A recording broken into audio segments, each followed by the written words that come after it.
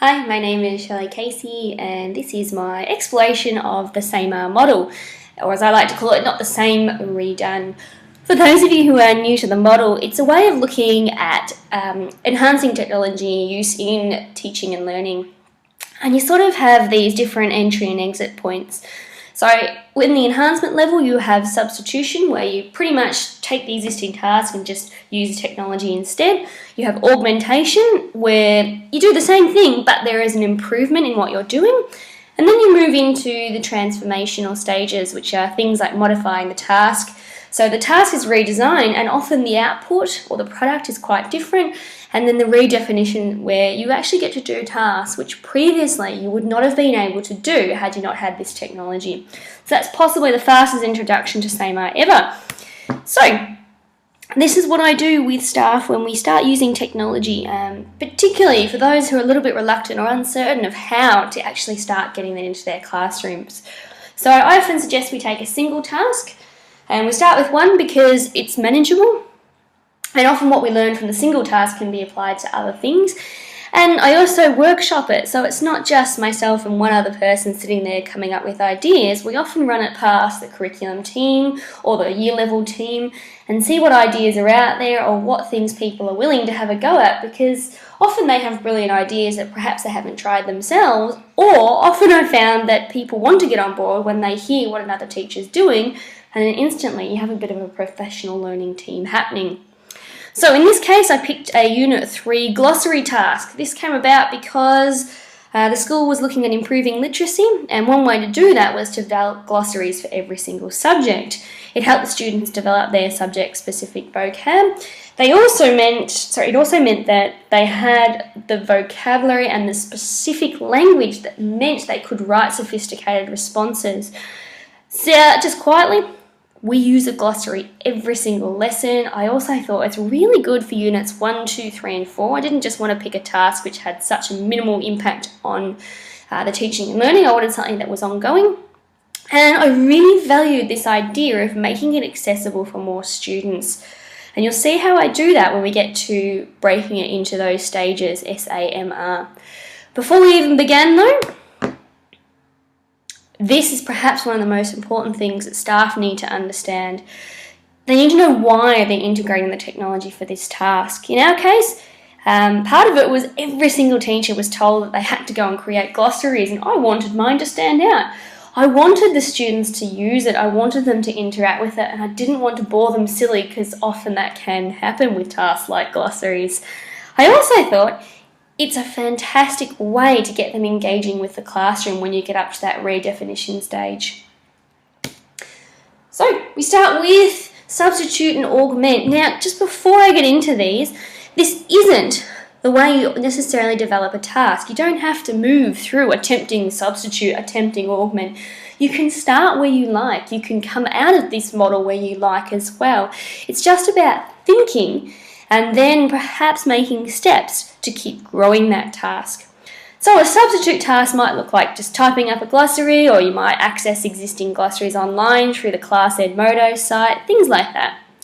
You might move into augment, or you might commence in augment by using something like Evernote, where the students can create glossaries, they can add pictures, they can organise it, they can tag it, so they can start searching a little bit more effectively. They can also create a Poplet, which has, again, words, images, but you can use colour and links to draw concepts together. So it actually is developing their metacognitive skills at the same time. Or you can start thinking about the transformational phases where the product or the outcome is different. And this is, I think, where you start having that higher level of engagement, plus ownership, because at these two stages, the modify and the redefine, we've worked into the task that the students are actually working collaboratively to create the resource. So during modify, they're using Prezi and they're creating an interactive glossary, or something like using Explain Everything, where they can annotate ideas, concepts with text, voice, imagery, and they may only be allocated, say, 2 or 3 turns to do. They post those to a central spot, but then suddenly their peers have a whole resource they can use. Redefine, something else we could move into would be the students still creating those explanatory clips, so using Keynote or Explain Everything or Sketch, but When they scan the word which might be up on the wall in the classroom using the app or Rasma, the definition plays for them. So if they're in class, they've got a mind blank, they're thinking, oh, I can't remember what the design element and principle of point is, they can go up, they can scan it, they can watch it, they can save that definition to their notebook, and they can continue with their work. But suddenly they're interacting with their glossary, so they're physically interacting. The space that they're in is actually activated and living those glossary terms which they have created as a team. So quite a different task there. Okay. Which leads me, I guess, to the last point, is always that notion of what next. Okay. It shouldn't just be a matter of going, oh yes, well I've created my task, it's definitely redefined, and I'm happy to tick that box. It's then going back to it and thinking, was that valuable?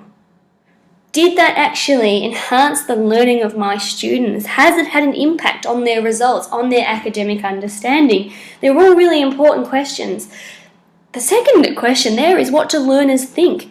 Get some feedback from them, ask them, did they find it useful? Did they find it annoying? Did they find it frustrating? Use that to then help inform what you do next with that particular learning activity. And I just want to go back perhaps to 2 points now, back here, and about this model, which I think is sometimes overlooked. You might get to the augment phase of this task, remembering it is a single task for a Year 12 subject, so there's lots to cover, and there would be at all year levels. Sometimes you might think to yourself, actually this augment task with Evernote, with their own notes, or the colour-coded Poplet, is exactly what they need right now, and that's all I really need to develop for this task. And I wanted to let people know that's actually okay. If you think, yep, it's a great task, I want to use that, that's enough, that's fine. The other point I wanted to make is with the redefinition task, which I'll show you an example later in my blog of this actually in action, but for a different class. You might get to this and go, great, that was fantastic, now I want to build on it. And this is where the redefinition task becomes the augment task, and it should be, if you're continuing to grow the students' engagement and understanding, redefined and modified every time it's taught. So it's almost a cycle rather than a linear relationship. It's a cycle which then continues to grow and develop, beg your pardon. So that's my brief musings on exploring SAMR, just not doing the same thing but redoing it and improving it. Thank you.